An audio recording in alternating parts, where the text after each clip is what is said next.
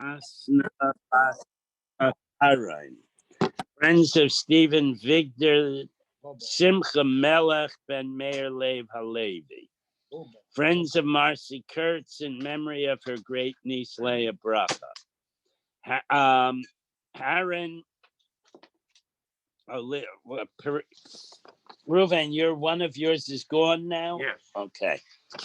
Haran and Mel Haller in memory of her father, Yosef Elezer Ban Reb Tzvi Hirsch.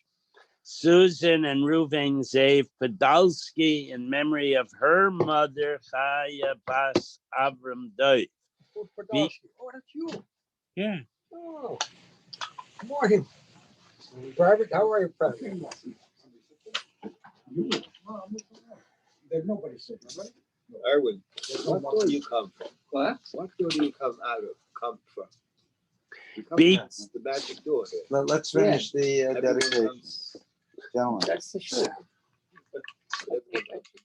I can wait. The 2 steps. No, we can't. B. Pizer in memory of her father, Yisachar Dov Ben Shmuel. You know who that is? Was it you, that name? Yeah. Waxman? No, not Waxman. Oh, yeah, I've heard of that. It's something to keep in the shoe. Yeah, why not? It's all right. I don't know who he is. Which Waxman? Oh, From Muncie? Dr. Mayor Waxman. Find the librarian. But No, Kreskis, Chesed Kreskis. The librarian. It's hallowed by its age. All right, in any event, we were up to Stanley Presser in memory of his wife, Chayalea Bas Zev HaKoyen.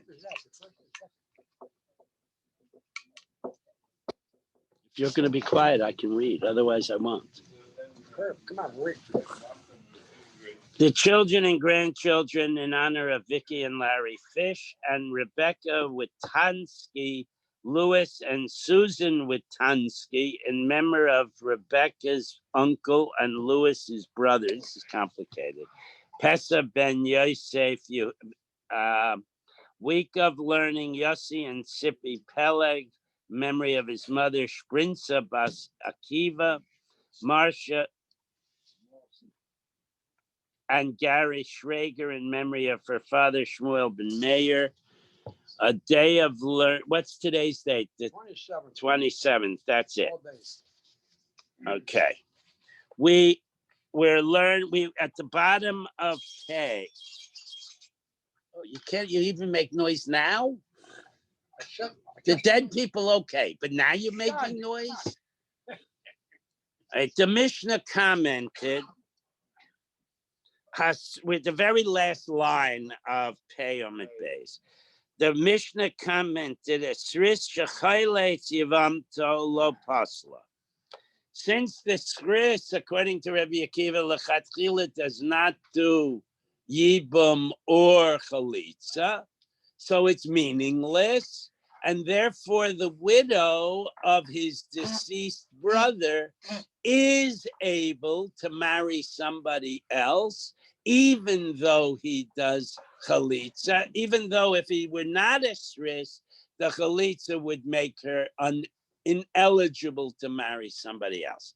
Now, don't get yourselves all excited because the Gemara is going to have a strange Havamina, which it's immediately going to shoot down. So don't get upset over here.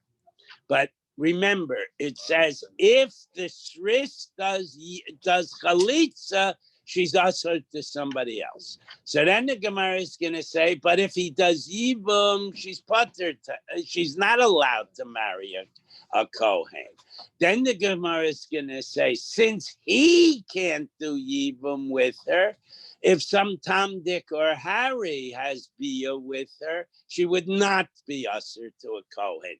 That's the limud from the line. But the Gemara is going to say that's ridiculous and go and disprove that idea. But so don't get all upset when I translate the words, okay? Hasris shechales yivamto lo pasla. He doesn't nullify her ability to marry a Kohen. Taima debalahu. The reason is that he had sex with her. Ha echad. So can we learn from that if somebody else has somebody else has sex with her? Lo, she would not be disqualified. Turn the page. Lema tahave to yufta the Rav Hamnuna. So should we say that this Havamina is a proof against the following statement of Rav Hamnuna? The Omar, what he says is psala liboma, that she is even if she sleeps with someone else. Not only is she disqualified to a Kohen, she's even disqualified to her Yavam. So that does that have a mean upschlag Reb Hamnuna? Lo, not at all. Hu hadin afilu la'achanami. Obviously, she can't sleep with anybody else either. The Aide, the Tanaresha Bidide, since the pattern of the Mishnah at the beginning is talking about her relationship with the Sris, who's her Yavam, Tananami Seifa Bidide, the pattern continues, and the Seifa uses the Sris as the object of who she can't sleep with, but obviously she can't sleep with anybody else. Okay. Now, we made a hekesh earlier between a sris and an islandist. The Gemara picks up on that. V'chein islandist shechaltzu lo achim. If an islandist is married to someone who dies, she doesn't have children, obviously, he has no other children with another wife. So now the islandist falls to Yibam, but we don't do Yibam.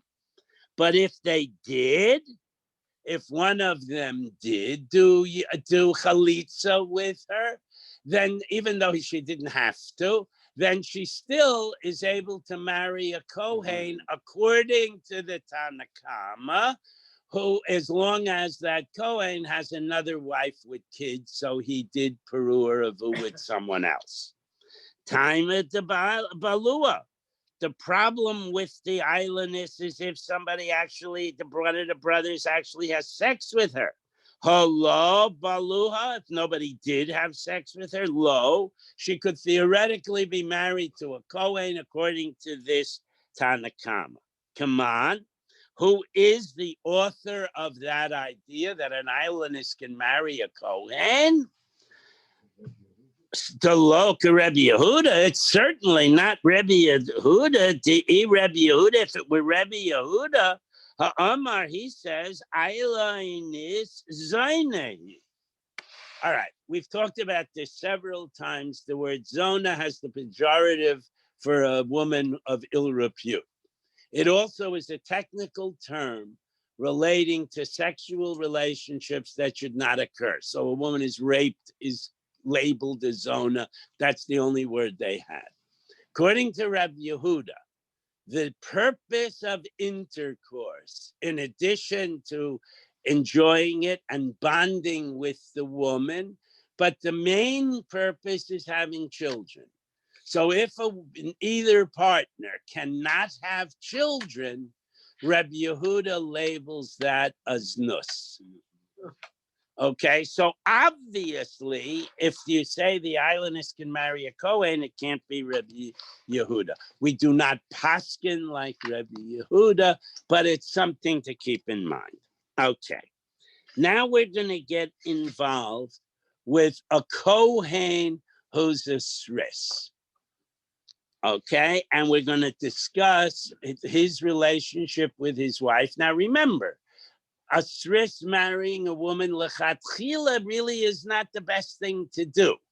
So we're going to say that there are elements of, if impropriety isn't the right word, but less of a marriage. Let's put it that way. Sris chama kohen shenasa bas Yisrael. A person who is born impotent and happens to be a Kohen who marries a non-Kohen, a Jewish woman, Ma'achila betruma. She may, as his wife, eat truma. Now I'll interrupt to explain. Why would you say not? Why would you think not? Because it may not be a full marriage. Oh, okay. I tried to say that when I said there are issues with the marriage, l'chatchila. All right. When it comes to kudshim, there are degrees of kudshim. The lowest level would be Meiser Sheni. The next level would be Truma. The next level would be Kudshei Kalim, and the next level would be Kudshei Kudshim.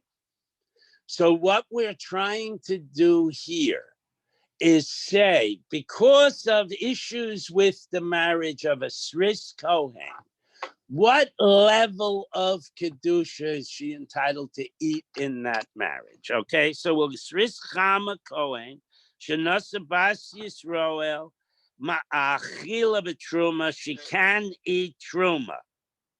Rabbi Yosef and Rabbi Shimon Aimrim, they say, androgynous Kohen Shanasa Bas Yisrael, if the guy is exceedingly well equipped with genitalia, he can also machila betruma, he can allow his wife to eat truma.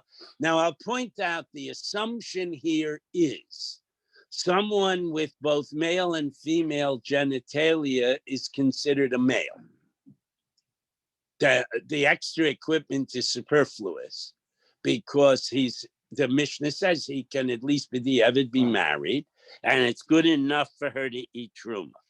Rabbi Yehuda Omer tumtum shenikra v'nimtza zocher, a tumtum who has the membrane covering his genitalia surgically removed, or it breaks in an accident, and you discover, he's got a male equipment under there. He he may not do chalitza if he is the surviving sibling. Mipnei shehu kisris. A tumtum, whether or not he can function adequately, is halachically, according to this Mishnah, labeled a sris. And a sris lechatchila can't. What? Rashi says only if he has another brother. Well, obviously, we're talking about What happens if he's the only brother? There's no yibam then she goes free. There's no chalitza. There's nothing. Even if you have this tumtum? Yeah, because he's a stris, and we learned that the widow, if the only candidate to be a yavam is a stris, then she can go get married in the marketplace. And we just went through, if he does do chalitza, it's meaningless. That's why she could marry a Kohen. Rashi. Why did Rashi have to say yesh lo acher? Because Rashi is saying the other brother should step up. And if he has no other brother, then he doesn't do. Rashi really didn't have to say that. I understand, but that's how we've been learning. Mipnei shu kisris, the guy is considered a sris. Now the Gemara the Mishnah is going to clarify the status of the androgynous, because we just said earlier he can marry a woman. Okay, androgynous naise, an androgynous can marry a woman, avolo nisa, but a man cannot marry her. Rabbi Elazar Aimer, so this is a law. Now, Rabbi Elazar says that it's much, much worse than a law. Rabbi Elazar says, androgynous chayavin alav skila b'zacher. If an androgynous, although he has female equipment, marries a man, since he also has male equipment, and we throw him to the side of a man, the Mishnah, according to Rabbi Eliezer, it's as if a man is having sex with another man, and he should be stoned. He was stoned when he had the sex, but he should also be stoned. All right. Same thing as the Tanakh. No, he's saying it's worse. He's clarifying first the Tanakh is being clarified, and then Rabbi Eliezer says it's worse than that. It's real homosexuality, even though he has a vagina. He, she, whatever, has a vagina. Okay, so Pshita, why did the Mishnah have to tell us that this is Bob's question, that if a Sris Kohen marries a girl, she can eat Truma? That should be obvious. She's his wife. And the pasuk with Truma says he took her. And whether or not he can make babies, he did give her a ring or give her father money or whatever and acquire her halachically. Mahu detema, what might you have guessed? Moilid, Michael, she'enu moilid, enu Michael. Since the whole purpose of marriage is to have a next generation, maybe a marriage in which there can be no next generation is not enough of a marriage for her to eat truma. Kamash Malon, the Mishnah tells us that she can. Okay, so we not okay. Now the next clause in the Mishnah was talking about the androgynous. Okay, Rabbi Yossi and Rabbi Shimon Aimrim, androgynous who marries a Bas Israel, the woman can now eat truma. Omer Resh Lekes, ma'achila b'truma v'ein ma'achila b'chazav v'shak. The portions of a korban shlomim that go to the Kohen are Kodshe Kalim. They have a higher level of Kedusha than Truma. So this is sort of, so they're offering, Reish Lakish is offering a compromise position. The marriage is valid, she can eat Truma, but the marriage can't produce children. She cannot eat Kodshe Kalim. Okay? Rabbi Yochanan Omer, Af ma'achila b'chazav v'shak. Rabbi Yochanan says, look, a marriage is a marriage, and she can also eat chazav v'shak. You have a question? No. I don't know your name, so. I'll ask, but I have a question. Okay, very good. So, okay, Rev Yochanan's position, they're married, she can eat kachim. But Resh Lekesh's position is problematic. What is the difference between the degrees of kachim? He's saying a marriage is a marriage, but a marriage is not a marriage. So that's a very awkward position. So here is the rationale. D'iraisa, that shazav v'chok are kachim d'iraisa. So the Gemara says Truma nami d'iraisa. Well, Truma is also a bunch of psukim telling you have to give the Kohen Truma. It has to be tahar. He has to eat it with the hayri. A whole bunch of psukim. Truma is also d'iraisa. And here's what we're talking about. Vitruba mizman hazeh d'rabana.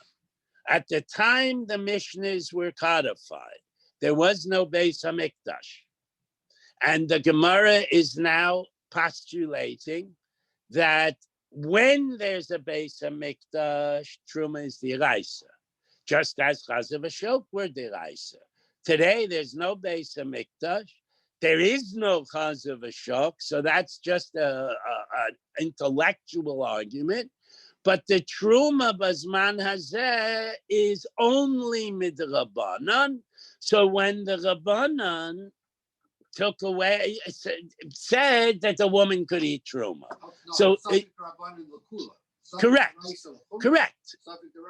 So the Rabbanan would allow her to eat Truma because it's only an Isur de Rabbanan. Okay, so I mean that others can't eat Truma, and okay. So Ava Bazman Shabeis Hamikdash Kayim Mai. So what would Reish Lakish have said the halacha was when the Beis Hamikdash existed? Okay, what would he have said? He'd have said lo, that the wife of an androgynous may not eat truma. That's a question. Detani ein machila chazav v'shak. So then why does he use the lashon that she should not eat chazav v'shak? Lepluge v'lisnei b'dida. Because let him make the distinction and spell it out. B'madvarim amurim, when does the Mishnah say she can eat? B'truma d'Rabbanan, when it's only truma mid'Rabbanan and you go l'kula and she can eat. Avol b'truma d'Iraisa lo, but if it were a d'Iraisa truma when the Beis Hamikdash is rebuilt and truma is reinstituted, the wife of an androgynous would not be able to eat truma. Is that what Reish Lakish is saying? Achinami kamar. That's exactly what Reish Lakish is saying. Kishahu machila, when he says she can eat, machila betruma bezman zed rabbanan. He's talking about rabbinic truma, and it's enough of a marriage that we can go lakula and let her eat. The ain machila bezman hazeh v'chazav v'shok. But if the Beis Hamikdash were reestablished and we really had chazav v'shok, certainly she would not be able to feel it. Now, there is a question now. So what happens when the Beis Hamikdash gets rebuilt? Right now, truma is midrabanan, where if you give truma to a kohen, he can give it to his wife, and there's no worry that she'll say, oh, I can eat freely everything in my husband's house, and she'll come to eat chazav v'shok, because there is none. But what happens when the Beis Hamikdash is rebuilt? And she can't eat chazav v'shok. Even if you want to say she could eat truma d'Oraisa because it's a different level, we have to make a gezerah, because if she feels she can eat the bread, she would also eat the beef. Okay, so regular wife, full wife of a Kohen allowed to eat chazav v'shok? Of course. Sure. Just like his slaves can and his children can. That's Kohen food. They don't have their own farm. They get their meat from their work. In other words, they get paid with the beef. Where's the beef? Where's the beef? Exactly. Okay, so va'afilu b'truma d'Rabbanan, even truma, if there was a rationale for truma being still the Rabbanan after there was a new. Correct. I try to simplify. That there are degrees of truma. Truma of grain would be deraisa. Truma of peiros would be midrabanan.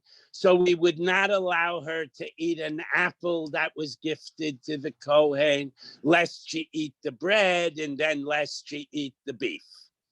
Okay, so if you Dilma asila ochla b'truma d'iraisa, because she might accidentally eat truma d'iraisa, and then even worse, eat chazav v'shok.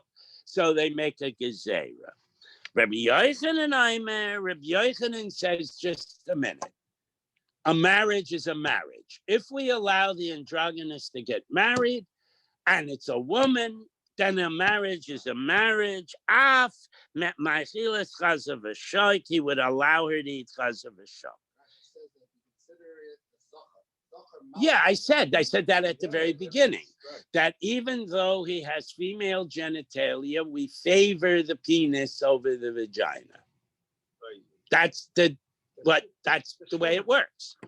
Okay, so now Rav Yochanan, who obviously is more, I guess, more lenient than Reish Lakish, he has now an argument with Reish Lakish. Amar le Reb Yochanan le Reish Lakish mi sarva truma b'zman hazeh d'Rabbanan. This whole notion of truma becoming only midrabanan, do you really hold that way? Amar le, and absolutely. Shani shayna igol me igolim oila. Okay, this gets complicated. Kodshim, normal food by accident, milk drips into the cholent. So it's batul b'shishim. Then there are other foods that are batul b'meya v'echad, 1 in 101, foods that are 1 in 201. But there are conditions by which something is never batul. If it has a certain chashivas, it cannot ever be batul. if it's sold either exclusively or usually by count rather than by measure. In other words, you buy a dozen eggs. You do not buy a pound of eggs. Can't if it's min bamino, if it's a beria bifnei atzma, if it's a solid total object, it can never be bottled. And there are arguments of how whether the count has to be exclusive or only often or usual. But in any event, things like pressed fig cakes, when you buy individual figs, you put them in a bag and you weigh it, and that's how you pay for your figs. But fig cakes are where they take a mold and they press figs in the mold. And that's sold by count. You buy one fig cake, you buy 5 fig cakes, you don't buy a pound of fig cake. So according to this concept of counted things aren't bottled, if a truma fig cake falls in to a bin with 1,000 fig cakes in it, it would not be, all right.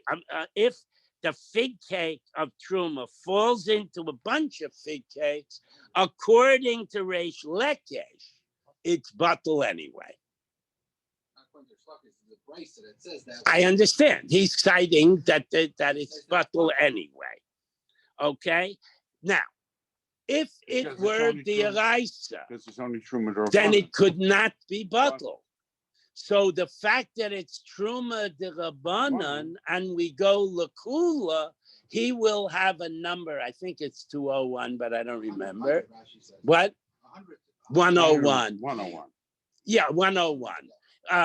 That it would be bottled only because it's Rabbanan. And since there's a brisa that says nowadays the fig cake in the bin, it's bottled, that's proof, according to Reish Lakish, that Truma Bazman is the Rabbanan. Now, there's an issue with that because it's fruit and it should probably be the Rabbanan all the time. Okay. I understand, but we don't. Okay, I just point out the issues. If you want to read the Rashi or the footnote, it isn't a. Okay, so now Reb Yochanan picks on that concept. Amar le v'lo ani shayna techika mitachikais oila. But I learned. Now we're going to change the topic. Roast beef. You can buy it by the pound, or you can buy it by the slice. You go into the deli. You say, "Give me 5 slices of corned beef." Okay. What if slices of tamei chatas? You have a chatas. You have to keep it tahor. The kohanim get to eat it if it's tahor. What if something happened and a couple of slices became tamei, and on the way to put them in the tamei bin, they dropped into the pot of all the tahor chatas slices. Okay?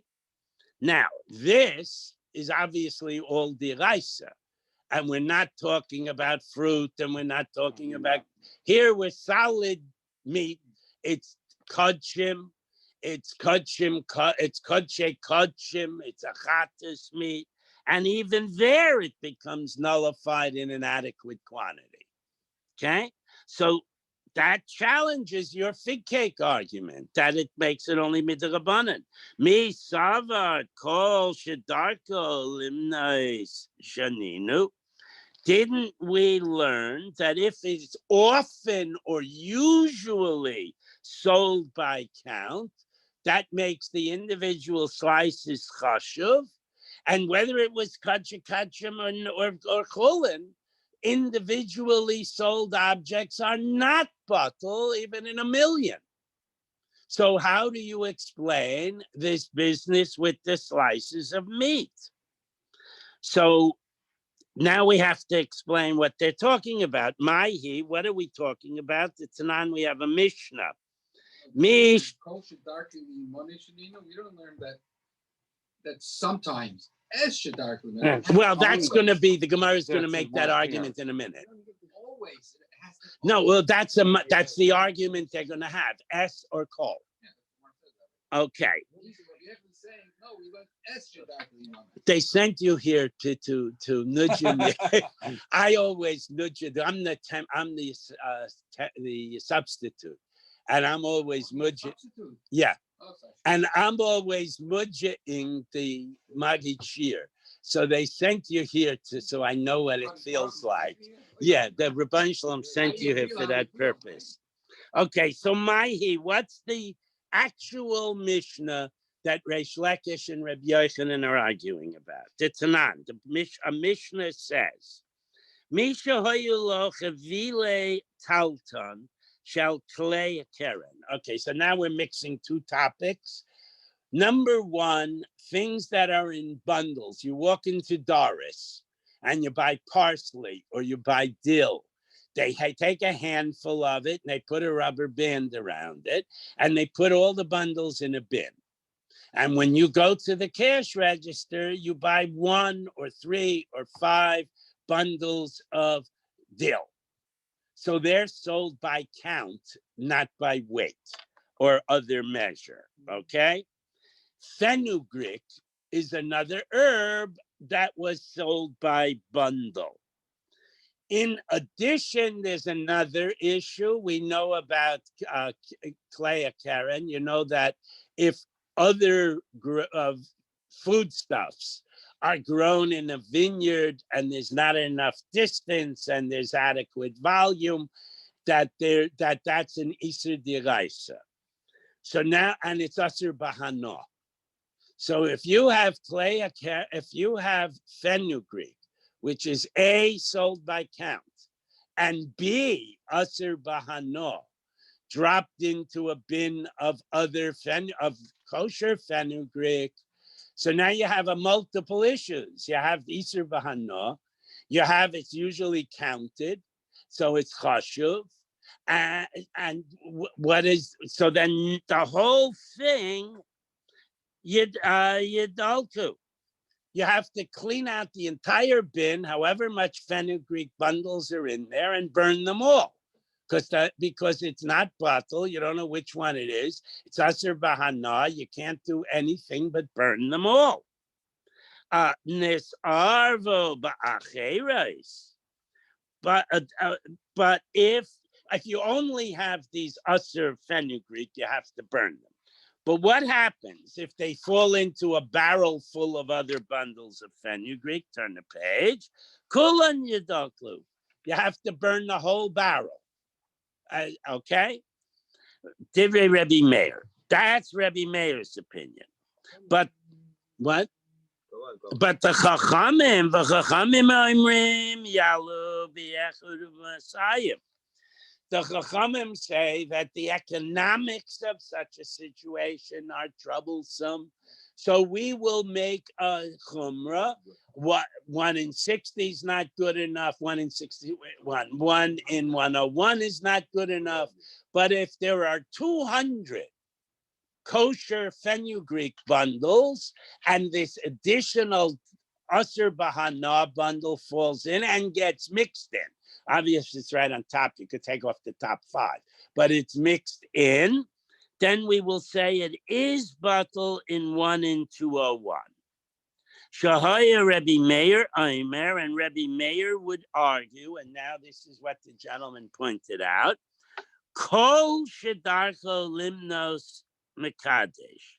Anything, and it's hard to translate, that is usually or frequently, but not always, sold by bundle rather than by weight or volume, makes the whole thing puzzle and cannot be bottled because it has the chashivas of being bundled.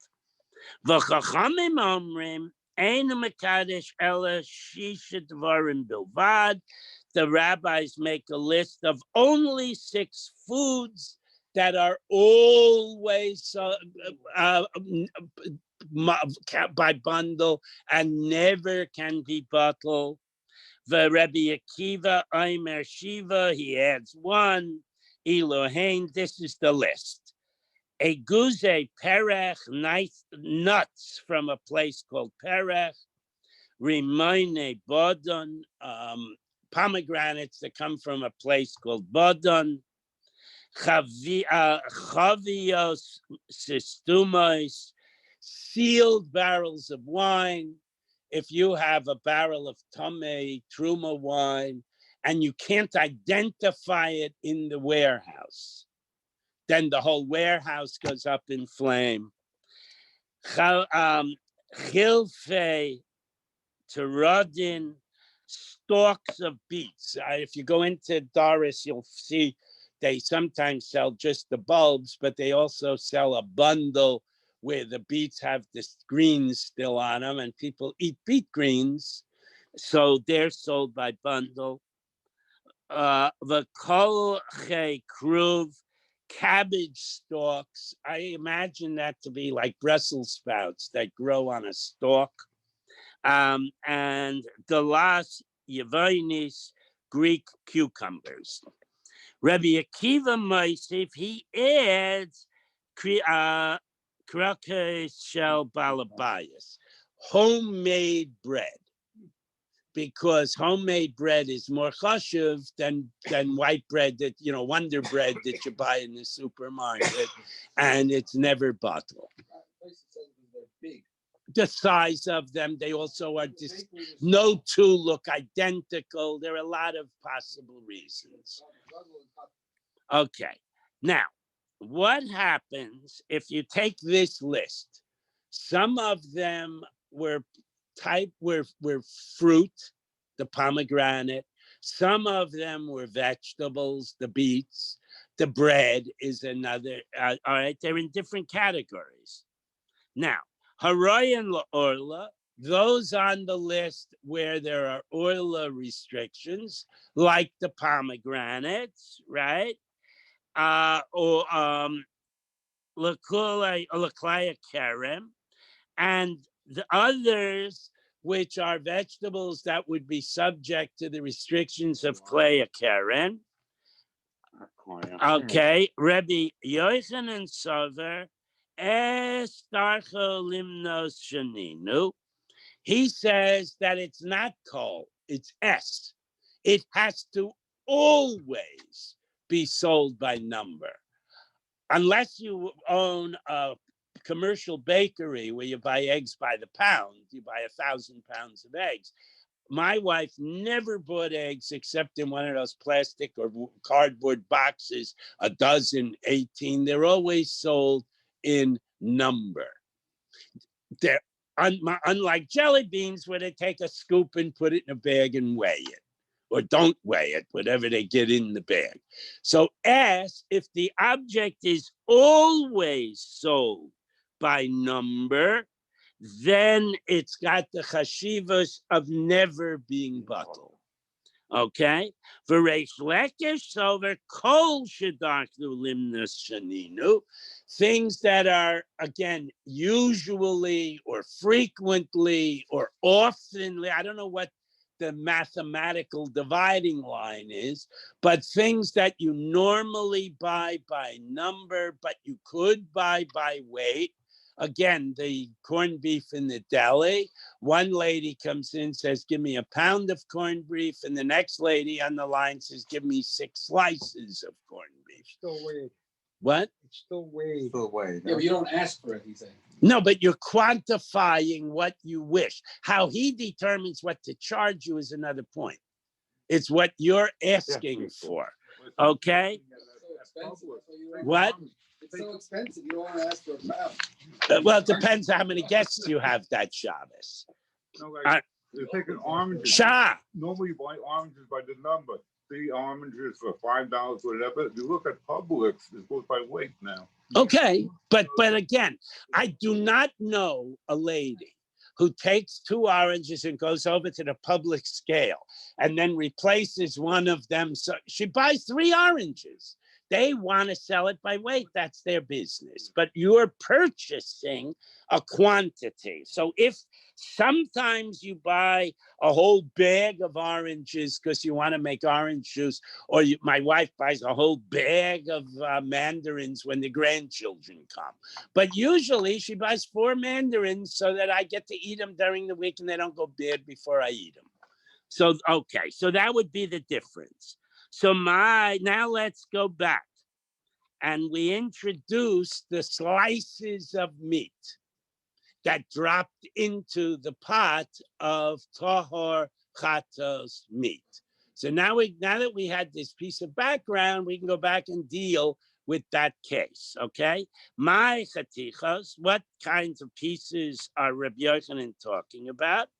The Sanya, we have a brisa that says chaticha shel chatos tomei, a slice of tomei chatos meat, shenes arva b'meya chatichas shel chatos tahiros, that falls into the pot with 100 slices of good chatos meat.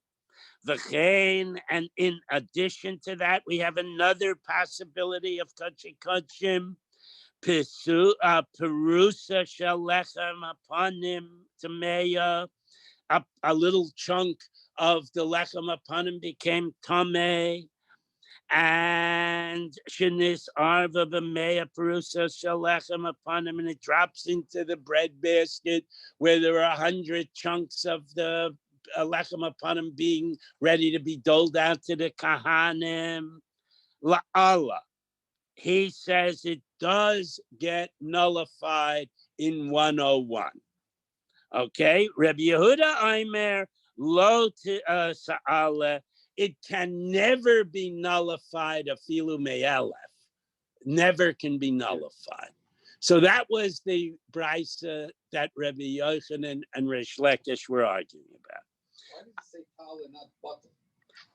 Because what we're taking is the tameh and we're elevating it to tahar status by nullifying it. And I want to say tala means that if one fell in, you can't eat all of it. You have to take one out. You have to separate one, but that, yeah, but that, That's what it means, tala.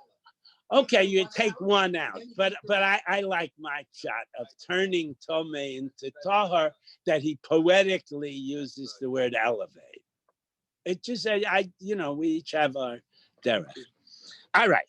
Ela chaticha shel chatas tahira. What about the other way around? You have a kosher piece of chatas meat, meaning it's tahor, and shenis arva v'meya chatichas shel chulin tahiros, and it falls into chulin. Now, this time, we're not talking about Tomei and Tahar. We're talking about Kodesh and Chulin. And it's again the ratio of 101. V'chein or Prusa shel lechem apanim tahira, shenis arva b'meya Prusa shel Chulin tahiras. So now we're purely talking about Kodesh and Chulin. We're not interested at this point in Tumah and Tahara. Okay, Divrei Hakol Lo Yala. The whole thing becomes Asur. And the 101 is meaningless. Okay? So, nevertheless, even though they threw this monkey wrench of Truma, of Tahar and Kodesh never is nullified, the beginning of the brisa at least said that Tomei and Tahor can be nullified. So the Gemara comments, Kahati mehas reisha sal tale. Nevertheless, okay, the second half is a problem, but nevertheless, the first half does say there are circumstances where Tuma and Tyra can be nullified. Omer Rav Chia bereda Rav Huna b'nichmucha. We're talking about, here's what happened. You make sometimes your wife makes brisket, she cooks it too long. And when you try to cut it, it breaks up into little strings. Right. So this piece of meat, well, we remember, It melted. the rules were, if it's sold by minyan, then it has a chashivus and it cannot be nullified. But what if you drop the piece of meat into the pot and it cooks so long that it dissolves, it breaks up, it's no longer discernible in the pot, it's now just part of the gravy. Okay? So according to Rav Chia B'Rav Huna, at that point, it loses its chashivas and it would be nullified. The ihachi, but if you make that argument, my time at the Reb Yehuda, why does Reb Yehuda say as a low plug? He says incontrovertibly and in no circumstance can it ever be nullified. If it disintegrates and it is nullified, Reb Yehuda couldn't be so definitive. So Rebbe, we'll just read the top line. Rebbe Yehuda Lataime, he sticks to his guns. The Amar, he says another general rule, which I mentioned at the beginning. In addition to the other problems we have, he says, min b'mino einu batil. Meat, beef in beef is never nullified, even if it's all disintegrated. So I can make my definitive statement, because even if this piece of tameh meat completely disintegrates and it's merely now part of the gravy, it could never be nullified. And you can't even give it to a goy, you got to pour the whole thing down the drain. So I'll just tell a cute story.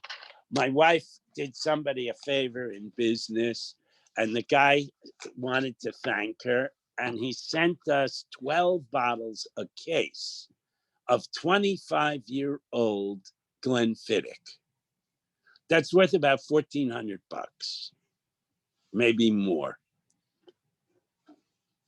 But it arrived on Erev Pesach after Zman Habiyur.